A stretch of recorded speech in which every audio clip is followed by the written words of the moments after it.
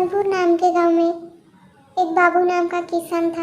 बाबू की पत्नी गर्भवती थी, लेकिन वो फिर भी बाबू के लिए खेतों तक खाना लाया करती थी। तब बाबू उसे कहने लगता है कि कितनी बार तुम्हें कहा है इतना मत चलाया करो, लेकिन तुम हो कि मेरी बात मानती ही नहीं हो। तो सीमा उसे कहने लगती है, सुन ली आपकी बात, लेकिन थोड़ा चल लूँगी तो घट नहीं जाऊँगी और आपको खाना भी तो खिला पाऊँगी।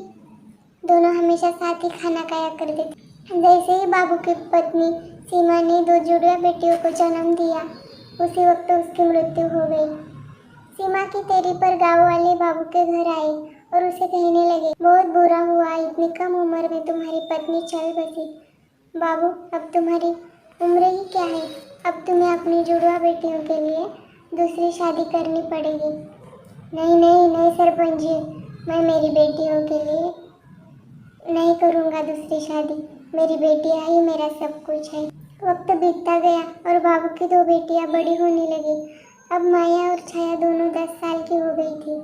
और एक दिन माया अपने पापा से कहने लगती है, बाबा आपने बोला था ना आप हमें तैरना सिखाएंगे। तो बाबू उसे कहने लगता है, बेटिया अब मुझे खेतों में बहुत काम है, इस रविवार को मैं तुम्हें तैरना सिखाऊंगा, पक्का ना। ऐसा कह के माया और छाया वहाँ से निकल जाती है। रविवार को बाबू छाया और माया को लेकर नदी पर गया और वहाँ पहले बाबू पानी में उतरा और उन दोनों को सिखाने लगा।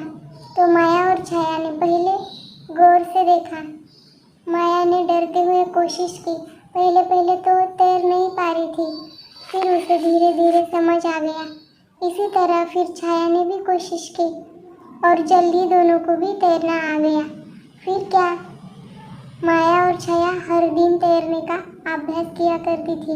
कुछ दिन के बाद बाबू सरपंच जी के पास गया और सरपंच जी को कहने लगा, सरपंच जी मुझे छाया और माया का जन्म दाखला चाहिए। तो सरपंच जी से कहने लगता है, मैं तो दे दूंगा, लेकिन तुम उसका क्या करने वाले हो।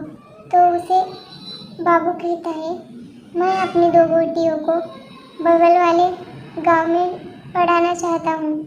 तो सरपंच कहने लगता है, क्या तुम लड़कियों को पढ़ाना चाहते हो हमारे गांव की? तो कोई लड़कियां पढ़ने नहीं जाती, तुम गांव की परंपरा बिगाड़ रहे हो। कल से सभी लड़कियां बोलने लगेगी, हमें स्कूल जाना है, हमें स्कूल जाना है। तो घर और खेतों में कौन काम करेगा।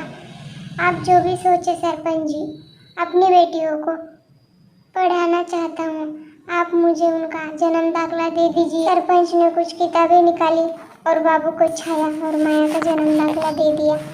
अब माया और छाया दोनों रोज नदी पार करके स्कूल जाती थी। बाबू बहुत खुश था। एक दिन की बात है, माया और छाया दोनों ही नदी पार कर रही थी।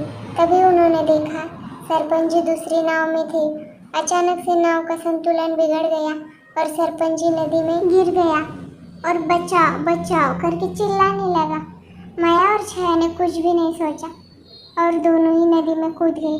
सरपंच जी के पास गई और दोनों ने सरपंच जी को सहारा दिया और नदी के किनारे ले आई। नदी किनारे पर कई सारे लोग थे। उन्होंने सरपंच जी की छाती दबाकर पानी बाहर निकाला और आखिरकार सरपंच जी की जान बच गई। सरपंच जी ने माया और छाया को अपने पास बुलाया। तुम दोनों ने मेरी जान बचाई, तुम दोनों बहुत ही महान हो। बाबू सही कहता था, तुम दोनों के होते हुए उसे किसी बेटे की ज़रूरत नहीं पड़ेगी। ये कहानी से ये सीख मिलती है कि लड़कियां लड़कों से कभी कम नहीं होती। ऐसी ही वीडियो देखने के लिए वीडियो को लाइक, शेयर एंड चैनल को सब्सक्राइब